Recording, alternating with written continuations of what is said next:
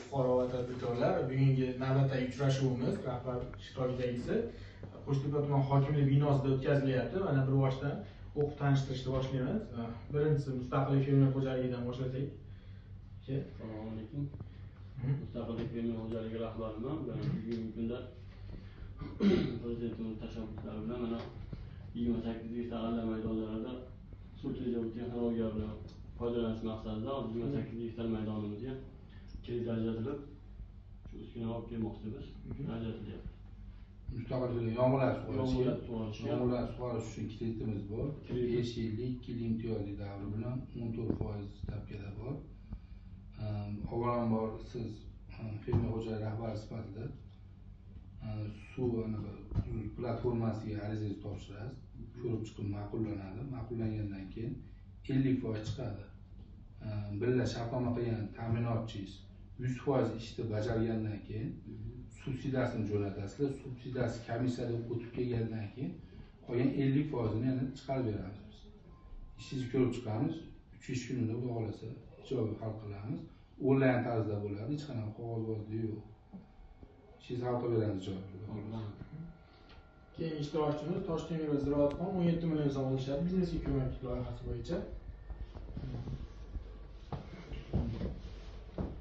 Biznesga ko'mak loyihasi bo'yicha kreditlarimiz bor. 5 yillik muddatga 2 yil imtiyozli davr bilan ayollar uchun 23% stavkada, erkaklar uchun 25% stavkada.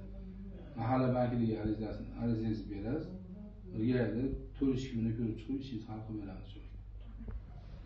Yaqinda Jalolov Mahbubaxon 312 bo'yicha uy bog'chaga 100 million so'm olishyapti. Uy bog'cha uchun 312 qaror bo'yicha kreditlarimiz mavjud. Xuddi ayolingizga fuqaroga tushuntirgandek 5 yilga 2 yil imtiyozli davri bor. Ayollar uchun 19%, erkaklar uchun 25% stavkada.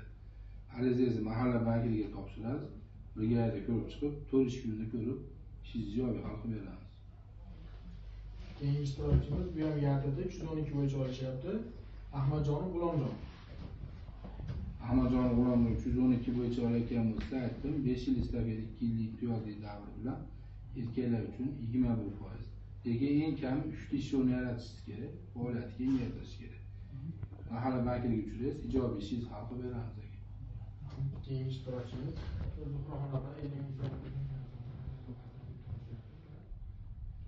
loyihasi bo'yicha chorvachilikka kreditlarimiz bor. 5 yil 2 yil imtiyozli davr bilan ayollar uchun 23% stavkada beramiz, erkaklar uchun 25%.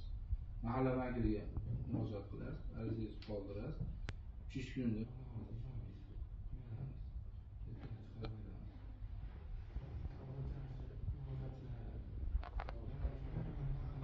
ro'yxatga olib kelasizlar, chetda bo'lib turamiz.